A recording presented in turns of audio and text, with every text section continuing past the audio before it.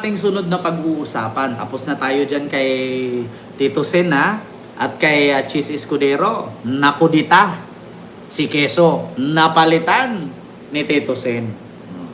Si Mar, tahimik lang. Si Cayetano nga, magkapatid na Cayetano, tahimik na nga eh. Yeah? Ayaw madawit, ayaw sumabit. So, dito tayo sunod mga kababayan. Kilala nyo naman po siguro si Sara Diskaya. Mga kababayan, sabi ko nga sa inyo, magbago ang ihip ng hangin. Napansin kasi ng taong bayan, mga kababayan, yung drama sana ni Sara Diskaya na magsakit-sakitan. 'Di ba? Napansin kasi ng taong bayan na, alam naman natin na kapag hinuli na, kapag kinasuhan na, magsasakit-sakitan yan. Either sasakay sa wheelchair, maglalagay ng bracket sa leeg para hindi makulong. Tapos sabihin, kung tsabahin ng doktor, sabihin may cancer. 'Di ba? Alam nyo yan mga kababayan. Anong sabi nung abogado ni Sara Diskaya? Kumambyo. Nalilito lang daw. Stress lang. Puyat. So ngayon, nag-iba. Alam nyo, believe ako sa abogado ng mga Diskaya. Napakatalino. Napakatalino ng abogado. Bakit? Nung nakaraan, yung plan nila, haharap ka. Diba ang sabi? Never aalis ang mga Diskaya sa Pilipinas. Hindi sila aalis ng bansa. Haharapin nila ang dapat harapin. Ngayon, mga kababayan, Mamarites Mosnehilo po. Pagdating sa kagapitan, mga kababayan, hindi po pwede na tayo-tayo lang. Kailangan natin damay-damay na to. Di bali na. Kasi alam nyo, sa totoo lang mga kababayan, napakatalino po talaga ng abogado ng mga Diskaya. Kung meron man kayong mga kaso, kunin nyo yung abogado niya. Ang galing. Mas magaling pa kay Topacio. Topacio, puro naman talo yung bit-bit yan. Mas magaling itong abogado ni Diskaya. Bakit? Na-realize ng abogado ni Diskaya na kapag aminin natin lahat ito, tayo lang maiipit. Tayo lang ang makukulong. Di ba? Tayo lang ang maiipit, tayo lang ang makukulong. Bakit hindi natin sabihin, ikanta natin kung sino ang nasa likod? Di ba? May kasabihan tayo mga kababayan, kapag nagipit ka, mangdamay ka.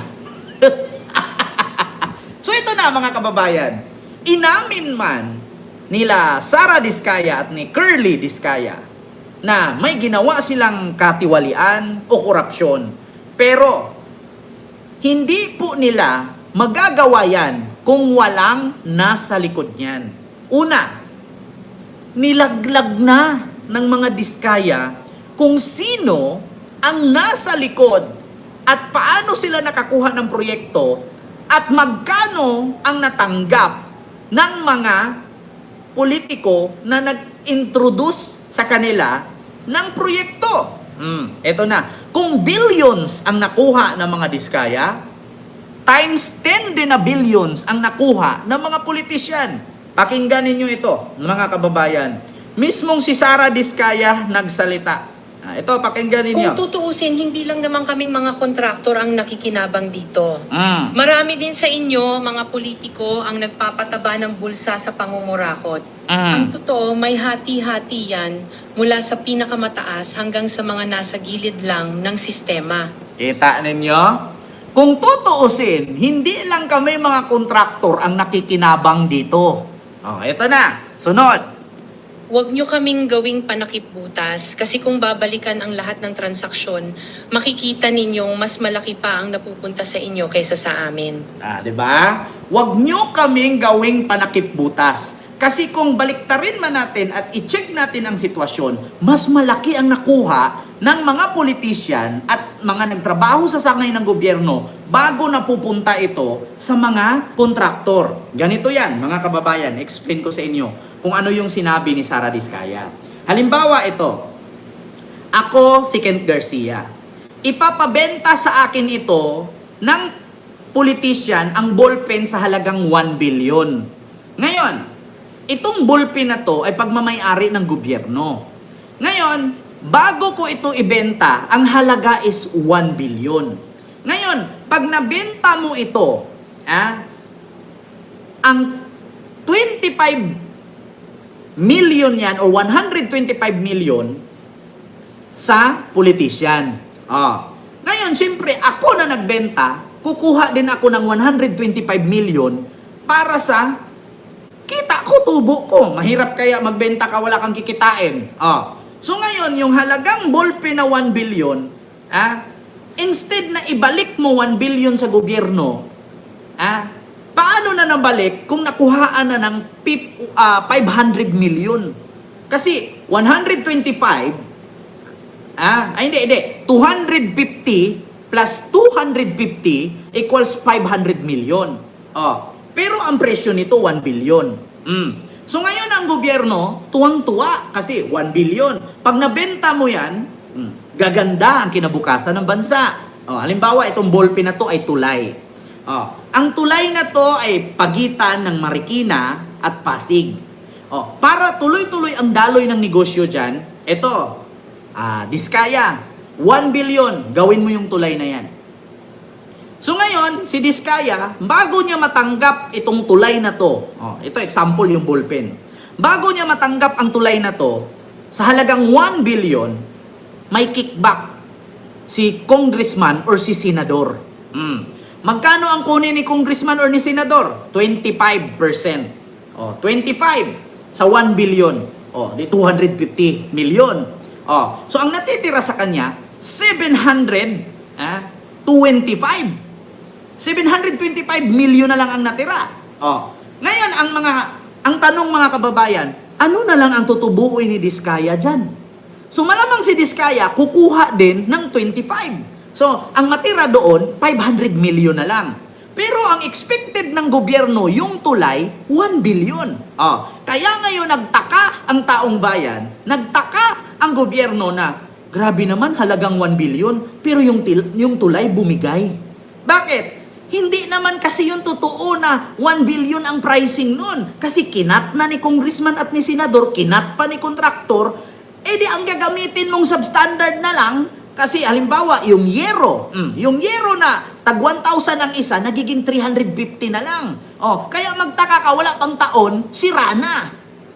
Substandard na. Kasi ninanakawan na kaya ngayon sabi ni Diskaya, pagdating sa kagipitan, pagdating sa ipitan, sinisisi nyo sa akin lahat. Ibago ko natanggap yan, kinupitan na ni congressman at ni senador yan. May kickback na sila dyan. Kasi ako naman na negosyante, alangan man magnegosyo kang hindi ka kikita. Di ba? Alangan naman magnegosyo kang hindi ka kikita.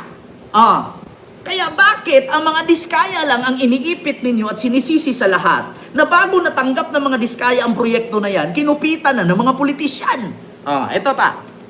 Lahat tayo alam ang laro, pero pag nahuhuli, kami lang ang tinuturo at pinarurusahan. Kita nyo? Lahat tayo alam natin ang laro. Pero kung nung nahuli na, kami na lang ang pinarusahan. Paano naman yung mga nakikinabang sa kickback ng politisyan? Kaya wag ninyong ipakita sa publiko na malinis kayo dahil sa bawat proyekto may kapalit na porsyento para sa inyong mga opisina. Ang sistema mismo ang nagtutulak sa amin na sumunod. Kung hindi kami papayag, wala kaming makukuhang proyekto. Diba? Kita nyo? Kung hindi sila papayag sa hingi ni senador o ni congressman na 25%, wala kang makukuhang project. Diba? Bakit si Diskaya lang sinisi? Bakit hindi nyo sisihin yung mga kongresista at mga senador na nagbigay ng proyekto kay Diskaya? Kasi kung tutuusin dito si Diskaya, mga kababayan, biktima. Bakit? Negosyante ka ikaw magpapagawa ng tulay. Ang i-present na budget ng government, 1 billion. Pero ang darating sa'yo, 725 million na lang. So ano na lang kikitain mo doon? 1 billion nga ang pricing. Hindi naman po pwede na 1 billion ang ilagay mo doon lahat ng materialis. Samantalang may kickback na si congressman, may kickback na si senador. Malamang kung ako negosyante, hindi na po pwede na magninegosyo ka tapos lugi ka. Hindi mo rin pwedeng bitawan yan kasi nakapirma ka na. Ang tanong ngayon, bakit pinatangkap ng proyekto si Diskaya at bakit si Diskaya ang sinisisi na hindi naman yan makuha ni Diskaya kung walang politisyan na nasa likod niya? Ito pa. Pero sa likod niyan, kayo rin ang pinakaunang nagdidikta kung magkano ang dapat itabi para sa inyo. Di ba? Sa likod niyan, kayo yung unang nagdidikta kung magkano ang dapat sa inyo. Kung sabihin ngayon itong mga politician na, 300 million sa akin, ikaw na bahala sa 700. Di kung ako naman negosyante, 700 lang budget mo, tapos ang sabi ng government, 1 billion ang price niyan. So anong gagawin ko? Di maghukus-pokus ako kasi bakit? Hinukus-pokus na nga ng mga politician, tapos ako? Ano yun? Si Rizal lang ang martir. Nagninegosyo ka pa, lugi ka. Kaya kung talagang seryoso kayong mag-imbestiga, wag lang kaming kontraktor ang sisihin. Tingnan ninyo rin ang mga pangalan na nakaupo ngayon sa mga komite, sa mga ahensya, at lalo na sa mismong mga nagpapalakad ng gobyerno. Dahil sa totoo lang, pare-pareho tayong nasa iisang lamesa, iba-iba lang ang laki ng parte na nakukuha. Kawawa po talaga ang mga mamamayang Pilipino kasi ninanakaw lang natin ang kaban ng bayan. Pera ng taong bayan pero tayo ang nakikinabang. Hindi ba tayo nahiya? Ang mga mahihirap mas lalong naghihirap. Kaya tama na ang pangungurakot natin. Kita ninyo? Bakit pagdating sa kagipitan kay Diskaya lahat ang bagsak? Bakit hindi nyo subukang imbestigahan yung mga politisyan na nagbigay ng proyekto sa kanila? Yan ang mahirap.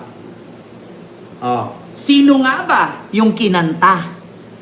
Mga kababayan, sino ba ang kinanta ni Diskaya? Kita mo na? Si Diskaya na mismo nagsalita. Kaya ito mga kababayan, ito na ang sasabihin ko sa inyo. Huwag nyo na pong linlangin mga senador, mga congressman at mga politician, kaming taong bayan.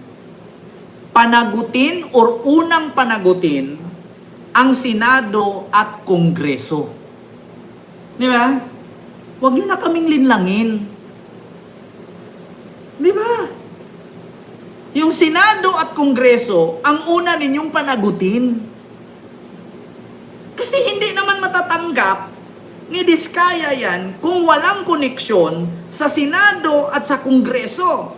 Ngayon, mga kababayan, eto na. Sino nga ba ang nilaglag ni Diskaya? Eto na, mga kababayan.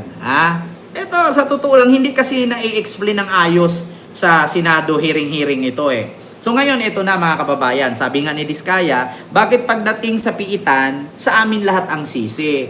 Samantalang yung mga politisyan na nagbigay sa amin ng proyekto, nauuna na silang kumaltas niyan, bago dumating sa amin. So ito na mga kababayan, sino nga ba pinangalanan na mga kababayan ng asawa ni Diskaya kung sino ang mga tumanggap? Ito na mga kababayan. According sa kanila, na Diskaya couple ay si Saldico. Wala ngang senador. Wala ngang senador. Ang problema lang, may mga senador na tumanggap ng donasyon. Dawit pa rin. Kaya nga si Chis Escudero natanggal dahil